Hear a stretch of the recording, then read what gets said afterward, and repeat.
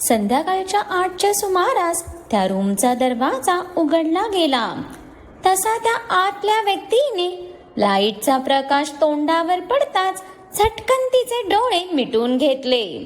पण जसं तिच्या काही लक्षात आलं, आरव, त्या थकलेल्या अवस्थेतही तिच्या तोंडून फक्त एकच नाव बाहेर पडत तिच्या ओठांवर हलकी स्माईल आली.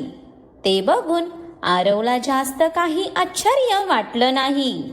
त्याची प्रत्येक गोष्ट ती इतकी बारकाईने जाणून होती की त्याच्या परफ्यूमचा स्मेल ती ओळखणार नव्हती का? आरवने इशारा करताच गार्डने पुढे येत त्या रूमचे सर्व लाईट्स लावले.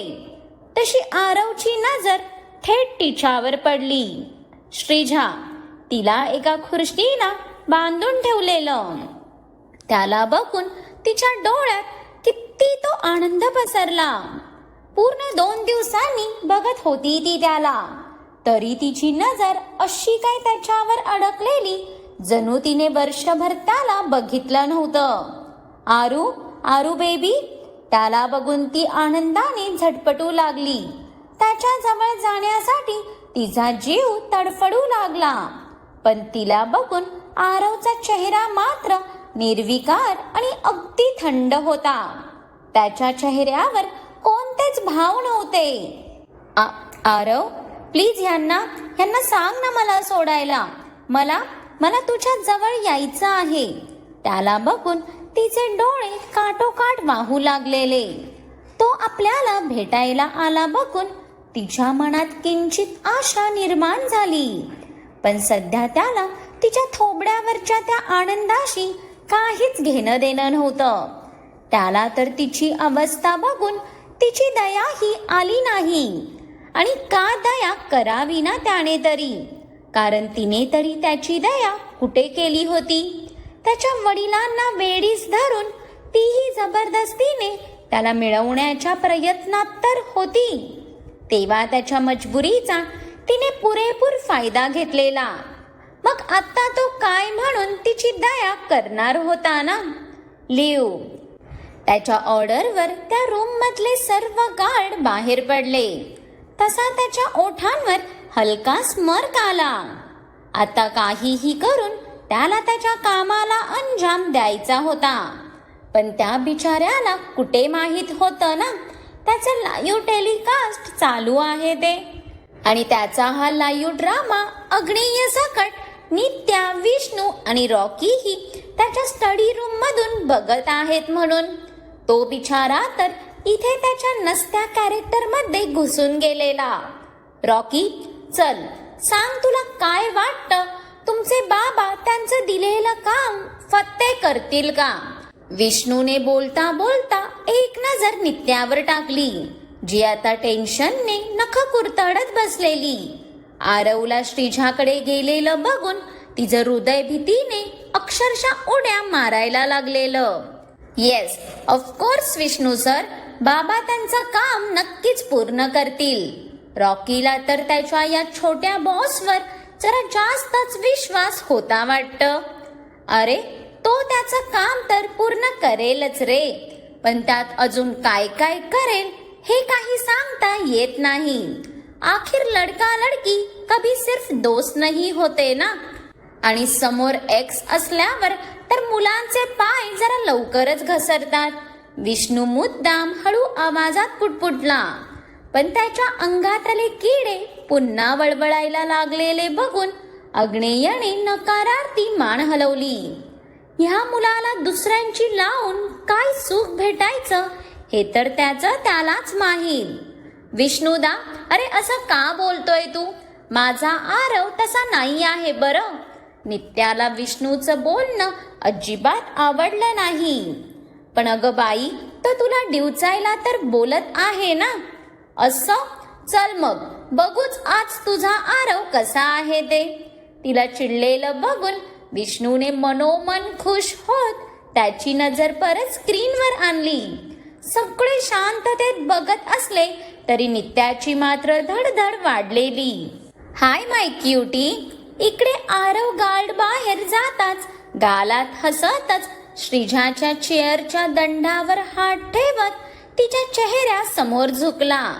तसा इथे नित्याचा श्वास अडकला ना. पण इतक्या वर्षांनी त्याच्या तोंडून क्युटी ऐकून इथे श्रीजा मात्र फ्रीज झाली. आरू बेबी, तिला तर तिच्या कानांवर विश्वासच बसत नव्हता. मागच्या 2 वर्षात ती त्याच्या तोंडून ही हाक ऐकायला किती तरसली होती. पण आज जाऊन त्याने तिला क्युटी म्हटलेलं. येस क्युटी, ऐकतोय मी तुझं. इनफॅक्ट आज मी इथे तुझं ऐकायला तर आलोय. आरवने खाली झुकून तिच्या पायाची डोर सोडताच श्रीजाने आश्चर्याने त्याच्याकडे पाहिलं. तो तिच्याशी नॉर्मल वागतोय ही गोष्ट तिला पटतच नव्हती.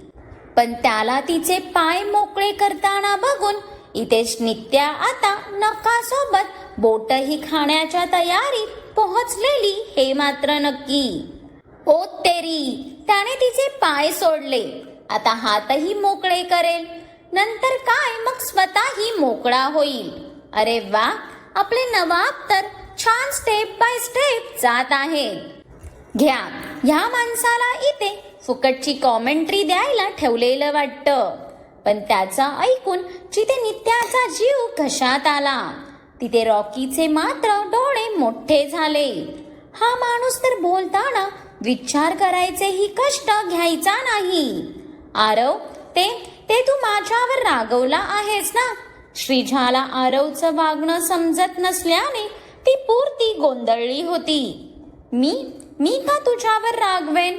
आरव बोलता बोलताच एक खुर्ची घेऊन श्रीजाच्या समोर बसला आणि त्याचे हात कंटिन्यू श्रीजाच्या हातावर फिरू लागले.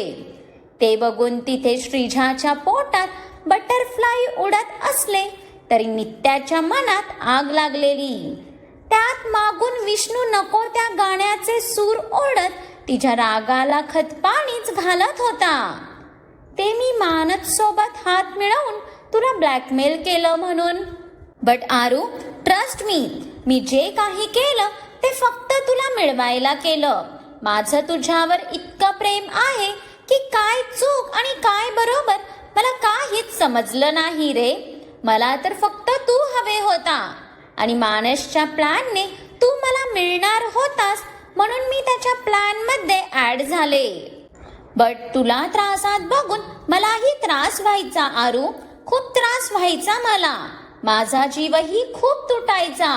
श्रीजा आरवला इतकं जवळ बघून तिचा हात सोडवायला झटपटत होती. आय नो बेबी, तुला त्रास होत असेल. After all you love me a lot, right? आरवने श्रीजाचे पुढे आलेले केस मागे करत तिच्या डोळ्यात खोलवर त्याची नजर रोखली. जा घुस आता तिच्यात. पण आता इकडे नित्याच्या ज्वालामुखी फुटायला टेकला त्याचं काय? Yes I love you Aaru, please माझे हात खोल ना. मी दाखवते तुला मी तुझ्यावर किती प्रेम करते ते. त्याच्या त्या अलवार स्पर्शावरही इथे श्रीजाचं शरीर भडकून उठायला लागलेलं. ते बघून आरव तिरकस हसला. बट श्रीजा, तू माझ्यावर इतकंच प्रेम करत होतीस तर मला हेल्प करायची ना. जर तू मला माझ्या डॅड पर्यंत पोहोचवायला हेल्प केली असतीस तर मी तर तिथेच तुझा गुलाम झालो असतो. पण तू माझ्याऐवजी त्या माणसाची साथ दिलीस आणि तेच मला सर्वात जास्त हर्ट झालं. आरव श्रीजाच्या गालावर त्याचा अंगठा फिरवत अक्षरशः कळवळत तिच्यातल्या भावना जागृत करत होता. पण त्याच्या बोलण्याने आधीच सुन्न झालेली ती आता त्याच्या स्पर्शात पूर्णतः हरवली होती. आरू, जर मी तुला आत्ता तुझ्या डॅड पर्यंत पोहोचायला हेल्प केली तर तू मला एक्सेप्ट करशील? मी तुला सगळं सांगेन. पण मला तू हवे आहेस बेबी. श्रीजाचे डोळे अक्षरशः आशेने भरून आले. ऑफकोर्स क्युटी, जर तू मला डॅड पर्यंत पोहोचवतीये तर ही माझ्यासाठी सर्वात मोठी गोष्ट आहे. आरवने तिच्या एका हाताची दोर सोडवताच श्रीजाला तो आपल्याशी खरं बोलतोय असं वाटून गेलं. आरू, मानसने पण आता श्रीजाने सांगायला सुरुवात करताच इथे अग्नेय सकट सर्वांनीच कान टवकारले. पण नित्या मात्र रागात का असेना त्यांचा ऐकू लागली. मानसने अंकलला त्याच्या बंगल्यामध्येच ठेवलं आहे, पण त्यांच्यापर्यंत पोहोचणं खूपच अवघड आहे, कारण त्या बेसमेंटला फक्त त्याच्या बेडरूम मधूनच जाता येतं. त्याचा बेड जिथे आहे तो सरकवला तर खाली एक सिक्रेट डोअर आहे. तिथे आहेत अंकल, पण तिथे पोहोचणं इतकं सोपं नाही आरव. मानसच्या बेडरूमला त्याचं फेस डिटेक्शन आहे. त्याचा फेस स्कॅन झाल्याशिवाय तो डोअर उघडतच नाही, आणि तसा कोणी प्रयत्न जरी केला तरी त्याला लगेच नोटिफिकेशन जातं. आणि तो आतला सिक्रेट डोअरही एका पासवर्डने लॉक आहे, ज्याचा पासवर्ड 7 लेटर्सचा आहे. बट मला फक्त त्याचे शेवटचे 2 नंबर माहीत आहेत. 16 नंबर आहे एंडिंगला, पण त्याच्या आधी 5 डिजिट लेटर काय आहेत ते मला माहीत नाही. बिकॉज प्रत्येक टाइमला जेव्हा पण मी तिथे गेलीये त्याने खूप फास्ट पासवर्ड टाकला होता. श्रीजाकडून हवे ती माहिती भेटताच इथे आपलं काम झालं म्हणून अग्नेयने ती फुटेज क्लोज केली. तसे सगळे तंद्रीतून बाहेर आले, पण विष्णूचं मात्र तोंड गोळा झालं ना. अग्नी, अरे का बंद केलं? आता तर खरा पिक्चर सुरू झालेला ना. तिने आपली इतकी मदत केली म्हटल्यावर आरव तिला काय गोडवालं गिफ्ट देतो ते मला बघायचं होतं. विष्णूच्या बोलण्यावर नित्या आता रडायचीच बाकी होती. आरवच्या आधी आता हाच माणूस तिचा मार खायच्या घाईवर आलेला. Vishnu, be serious man. पण आता आपले वडील कुठे आहेत समजल्यावर अग्नेय मात्र खूप सिरियस झाला होता. त्याला काहीही करून आता तिथपर्यंत पोहोचायचं होतं, आणि ते त्याच्या हाती लागेपर्यंत तो मानस विरुद्ध समोरून काही ऍक्शनही घेऊ शकत नव्हता. अरे, मी सिरियसच आहे यार, म्हणून तर पुढचं मला बघायचं होतं ना. विष्णूने नित्याचं ते भडकलेलं तोंड बघून अगदीच चेहरा बारीक करत अग्नेयकडे पाहिलं. तसं अग्नेयने त्याच्याकडे बघून दात ओठ खाल्ले. म्हणजे इतक्या गंभीर सिच्युएशन मध्येही ह्या मुलाला मस्करी सुचत होती. बॉस, हा माणूस तर खूपच शहाणा निघालाय. आता समोरूनच अटॅक करावा लागणार. रॉकीने अग्नेयला चिडलेलं बघून विषयावर आला. नो रॉकी, आपण ती रिस्क नाही घेऊ शकत. जर त्याने इतकी वर्ष अंकलला केट ठेवलंय मीन्स तो खतरनाक हुशार आहे. IT मध्ये त्याची पकड कमालीची आहे हे ऐकून आहे मी. जर त्याला समजलं तर तो अंकलला तिथून शिफ्ट करणार आणि अग्नीला ब्लॅकमेल करून नित्याला मिळवायला बघणार. सो आपण इतकी मोठी रिस्क नाही घेऊ शकत. कोणी काही बोलायच्या आधीच विष्णूच्या विचाराने सगळ्यांचं लक्ष त्याच्यावर गेलं. तर हे साहेब आता मस्त सिगारेट ओढत अगदी सिरियस झालेले. ते बघून अग्नी सोडला तर नित्या आणि रॉकी शॉकच झाले. म्हणजे आता हा माणूस मस्करी करत होता आणि आता इतका गंभीर झालेला की कोणालाही विश्वास होणार नाही. So what do you think now what we do? अग्नेयच्या प्रश्नावर विष्णूची नजर नित्यावर गेली. आता आपण काहीच नाही करायचं. जसं आरवने त्याचं काम केलं तसंच नित्या आता तिचं काम करणार. विष्णूने तिरकी मान करत तिच्याकडे हसून पाहिलं. तशी नित्याही गालात हसली. पण अग्नेयचं मन मात्र नित्याला प्रॉब्लेम मध्ये टाकायला घाबरत होतं. भाई, डोंट वरी, सगळं ठीक होईल. तो त्याच्या विचारात हरवलाच होता की नित्याने येऊन त्याला मिठी मारली. मॉम, मला हे कळत नाही यांना ऑफिस कमी पडतंय का, जे ही लोक घरीही येऊन काम करत बसलेत. त्यात असं काय काम करत आहेत की मला ही स्टडीमध्ये येऊ दिलं नाही. सिया किटोला भरवत सारखी लिफ्टकडे बघत होती. आज दिवसभरात ही लोक तिच्या लांब लांब पळतायत असं तिला सारखं वाटून येत होतं. सिया, राणी काहीतरी महत्वाचं काम असेल त्यांचं, आणि तू ऑलरेडी किटो सोबत कसं बसं ऑफिसही हँडल करतेस बघून तुला जास्त लोड नको म्हणून काही सांगत नसतील. तिला उगाच शंका येऊ नये म्हणून आजीने विषय बदलला.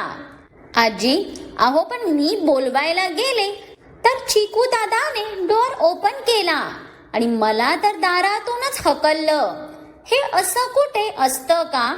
त्यात केव्हाची मी आरवला कॉल लावतीये तर तोही उचलत नाही आहे. आज हे घरी आले तरी तो कुठे राहिलाय काय माहीत. ह्यांना विचारलं तर म्हणतात उगीच त्याची काळजी करत बसू नको, तो काही लहान नाही आहे. अरे पण ह्यांच्याहून तर लहानच आहे ना तो. सियाला नक्की काय चाललंय तेच समजत नव्हतं. सगळ्यांचं वागणं तिला अगदी कोड्यात टाकत होतं. अगं सिया, किती ग तुझे प्रश्न, जरा त्या मेंदूला आराम दे बाई. या बाईच्या डोक्यातले अगिनत प्रश्न बघून रीटाला तर गरगरूनच आलं.